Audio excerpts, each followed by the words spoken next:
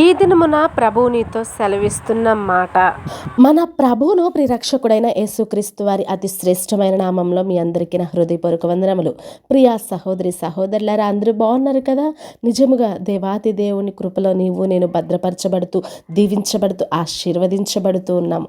నిస్తమా, నీవు ఈ దినమున కృంగిపోతున్నావేమో, కృషించిపోతున్నావేమో, ఏంటి నాకు ఈ బాధ అని అలసిపోయి అసలుకి దీన హృదయంతో నీవు ఉంటున్నావేమో. కానీ నేస్తమా, ఈరోజు దేవాది దేవుడు నీతో మాట్లాడాలని ఆశపడుతున్నారు. మరి నీవు వినడానికి సిద్ధంగా ఉన్నావా? అలాగైతే ఒక్కసారి వాక్యాన్ని చదువుకుందామా?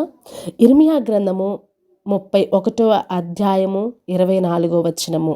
ఇర్మియా గ్రంథము 31వ అధ్యాయము 24వ వచనము. అలసి ఉన్న వారి ఆశను తృప్తిపరచుదును, కృంగిన వారందరినీ నింపుదును. దేవునికి స్తోత్రము. హల్లెలూయా. ప్రియా సహోదరి సహోదరులారా, నిజముగా ప్రభువైన యేసుక్రీస్తు వారు ఎంత చక్కటి మాటను మనకు తెలియజేస్తున్నారో చూడండి. అలసి ఉన్న వారి ఆశను తృప్తిపరచుదును, కృంగిన వారందరినీ నింపుదును. ఈ వాక్యము మన హృదయంలో అందరిలో కూడా నీరు కట్టి ఫలింపచేయును గాక. ఆమేన్. నిజంగానండి, ఎవరైతే కృంగిపోతున్నారో, కృషించిపోతున్నారో, నిజంగా నాకైతే తెలియదు, కానీ నీవు కృంగిపోతున్నా, కృషించిపోతున్నా, అసలుకి ఈ బాధలన్నిటిలో కూడా అలసిపోయి అసలు తృప్తి లేక నువ్వు జీవిస్తున్నావేమో. కానీ నేను చూడకపోయినా ప్రభువైన యేసుక్రీస్తు వారు నిన్ను చూస్తూ ఉన్నారు, నిన్ను గమనిస్తూ ఉన్నారు, నిన్ను జ్ఞాపకం చేసుకుంటూ నిన్ను అనుక్షణము తన కంటికి రెప్పలా కాపాడుతూ ఉంటున్నారు. నిస్తమా, ఒక్కసారి ఆలోచించు. దేవుని ప్రేమను ఒక్కసారి గమనించు. ఆయన నీ కోసం ఎదురు చూస్తూ ఉన్నాడు.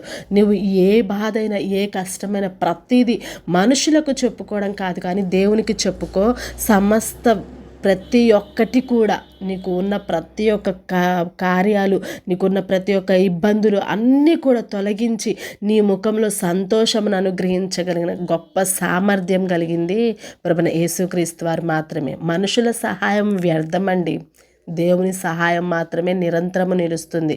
కాబట్టి ప్రతి ఒక్కరిని కూడా దేవుడు ఈరోజు బలపరుస్తూ ఉన్నారు, దీవిస్తూ ఉన్నారు. కాబట్టి దేవునితో మాట్లాడదాం, దేవుని సహాయంను పొందుకుందాం. కృంగిన వారందరినీ కూడా దేవుడు నింపుతానన్నారు. కాబట్టి కృంగిన ప్రతి ఒక్కరూ కూడా దీవెనలతో మన హృదయాన్ని నింపునుగాక. ఆమేన్. ప్రభు ఈ వాక్యాన్ని దీవించి ఆశీర్వదించి మన హృదయంలో ఫలింపచేయునుగాక. ఆమేన్. Praise the lord.